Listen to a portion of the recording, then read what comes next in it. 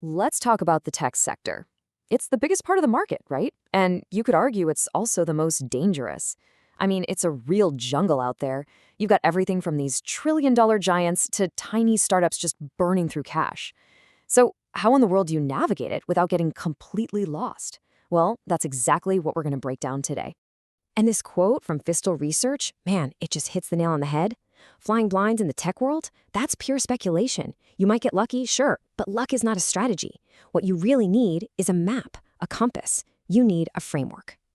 And that's the million-dollar question, isn't it? How do you stop guessing and start using a clear, data-driven approach that tells you what's really going on under the hood of a company? Well, this explainer is going to show you one really powerful way to do exactly that. So here it is. The solution is a two-part framework that looks at any company from two absolutely critical angles: its current health and its forward trajectory. Think of it like this. You need to know not just where a company is standing right now, but also which direction it's heading and how fast. First up, you've got the composite health score. Honestly, the best way to think about this is like a company's annual physical with their doctor. It's a snapshot, right now, of its fundamental quality. It looks at everything: profitability, leverage, cash flow, to give you one single score of its current condition. Is it fit and healthy, or are there some underlying problems? But look, a checkup only tells you so much, right? That's where the trajectory conviction score comes in. If the health score is the physical, then the trajectory score is the progress report. Is the patient getting better? Are its margins improving quarter after quarter? Is efficiency on the rise? This score measures momentum. It's the forward-looking part of the whole diagnosis. So let's break this down side by side. You've got health, that's the static checkup telling you the quality today, and you've got trajectory. That's the dynamic progress report telling you if that quality is getting better or worse. The really crucial point here is you absolutely need both to see the full picture. Okay, so that's the theory. Enough of that. Let's get our hands dirty and see how this framework actually performs in the real world, starting with some of the absolute best companies in the entire tech sector. Now, this is where it gets really interesting. When you look at the top of the class, companies like Lam Research, ASML, even Microsoft, yeah, they have very strong health scores, but look at their trajectory scores. Almost all of them are a perfect 100. 100! That means their fundamental momentum is basically flawless. There are no red flags. So what's their secret sauce? It's actually pretty simple, but it's incredibly hard to execute. These companies are absolute margin machines. They don't just grow, they grow profitably. And that is so important because profitable growth funds itself. It creates a durable business that doesn't need to rely on the next funding round to survive and thrive. Okay, let's zoom in on the giants. You know, the household names that dominate so many portfolios. We'll start with the best of the best. And here they are. You see Microsoft and NVIDIA, both total powerhouses with excellent scores. But get this, they aren't even number one. Companies in the semiconductor space, like Lam Research, actually show even stronger underlying fundamentals according to this framework. Pretty interesting. But, you know, for every leader, there's always a laggard. And this framework is just as powerful at identifying weakness as it is at spotting strength. And man, down at the bottom of the mega cap list, we find some pretty surprising names. Just look at Intel, with a blended score of only 15.3. Its health score is already low, but the real kicker? Its trajectory score is 0. A 0 score means the system detects no positive momentum signals whatsoever, and it sees multiple negative ones. That's a clear warning sign.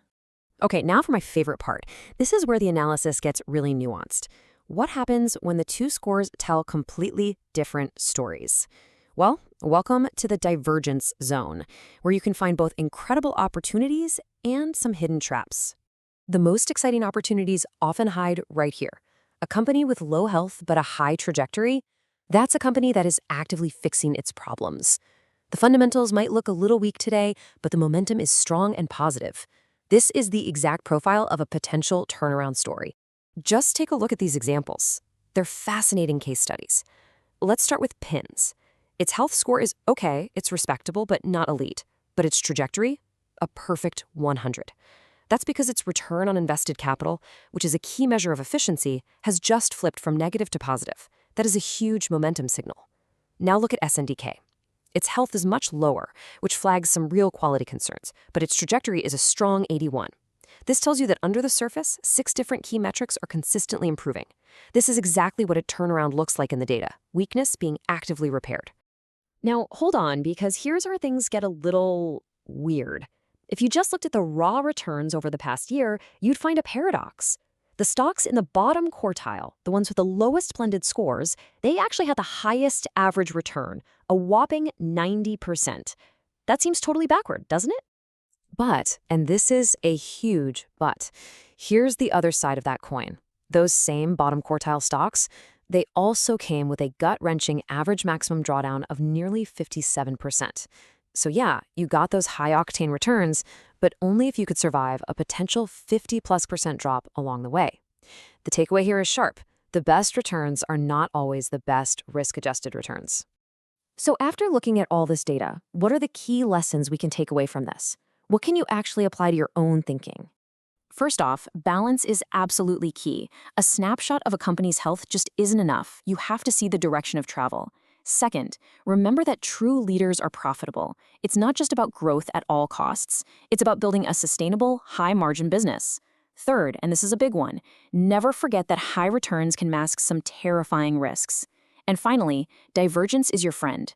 A company with a low health score but a strong trajectory could be your next big opportunity. By the way, this entire analytical framework we've been talking about, from the health scores to the trajectory conviction, was developed by the research team over at fffinstill. They're the ones who built the engine to process all this data and uncover these signals. And hey, if you found this interesting and you want to go deeper, the team at fffinstill has a massive learning center on their site. We're talking over 300 free concepts, just like this one, breaking down complex financial topics. It's an incredible resource for any investor, and we highly recommend you check it out. And all this leaves us with one final, really important question to think about. It's not just about what your stocks have done recently. It's about their underlying condition. So ask yourself, what's the true health and the real trajectory of the companies you own?